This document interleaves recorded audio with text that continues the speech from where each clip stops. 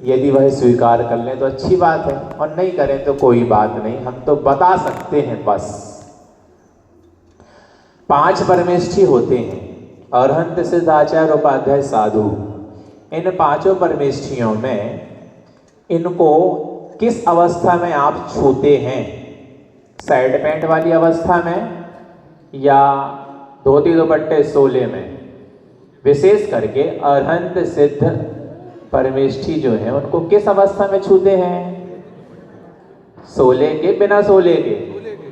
बहुत बढ़िया।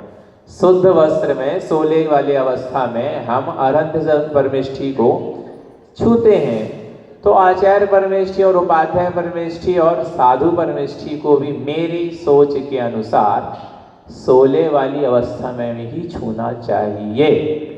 मेरे अनुसार नहीं छूते हैं वो एक बात की बात है, और आचार्य जी ने भी कभी नहीं ऐसा कहा, इसलिए हम आचार्य जी को दोषी तो ठहराएंगे नहीं, ये तो हम सिर्फ बता रहे हैं आपको। फिर मूलाचार्य प्रदीप का स्वाध्याय जब चल रहा था बीनावारा जी में 2015 में, तब वहां पर निकला था कि स्त्री पर्याय को कितने हाथ दूर से दर्शन करना चाहिए। वो अब बताने की आवश्यकता नहीं, आप लोग तो बहुत पढ़े लिखे हैं, खूब साधु संत आपके यहाँ आ गए, स्वाध्याय आप हमें करा दे, इतना पढ़ लिया आपने, ठीक है। पुरुष वर्ग को कितने हाथ से दूर से दर्शन करना चाहिए वह भी उसमें लिखा था, वो शायद आपको ना पता हो, क्योंकि आपने तो सिर्फ महिला वर्ग का सुना है ना। पता है आप लोगों को? नहीं पता?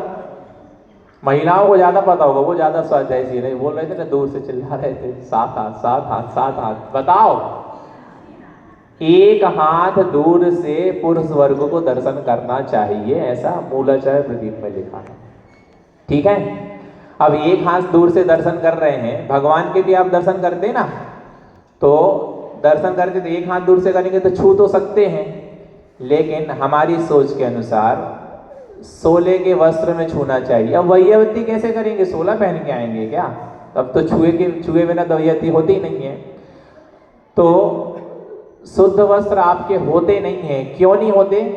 क्योंकि जब आप यहां जाते हैं ना, तो आप कितने शुद्ध होते हैं आप स्वयं लगा लीजिए, लेकिन धोती दुपट्टे में कोई नहीं जाता, इसलिए आप शुद्ध होते हैं, ऐसा हम मान लेते हैं, ठीक है।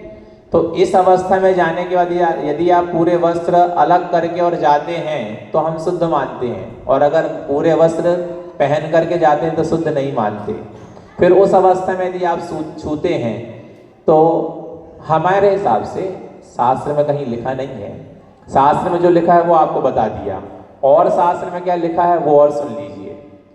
एक पंक्ति और आपने बहुत सुनी होगी, काय में चरणन में तिथि दीनी, और आप कहां देते हैं? बताओ जल्दी, कहां देते हैं आप? कहां देते हैं दृष्टि?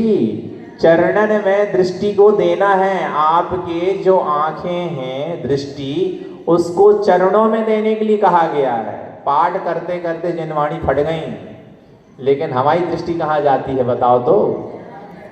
महाराज जी देख रहे कि नहीं देख रहे, आशीर्वाद दे रहे कि नहीं दे रहे, पूरी की पूरी दृष्टि चेहरे की ओर जाती है। और मान लीजिए महाराज जी ने देख लिया और आशीर्वाद नहीं दिया, महाराज जी नाराज हैं, गुस्सा में हैं, नाराज है, मान लो मुस्कुराए नहीं तो सही में गुस्सा में। तो आचार्य जी ने इस बात के लिए क्या कहा था? जो नाराज होते हैं वो महाराज नहीं होते, और जो महाराज होते हैं वो नाराज नहीं होते। तो आप हमको फिर नाराज मानते, मतलब महाराज नहीं मानते, क्योंकि उसमें तो कहा है ना, जो नाराज होते वो महाराज नहीं होते, और जो महाराज होते वो नाराज नहीं होते। हम नाराज होके करेंगे क्या आपसे? कोई रिश्ता निभाना क्या आपसे? नाराज हो क्या हमें करना क्या है? आपके यहाँ मान लीजिए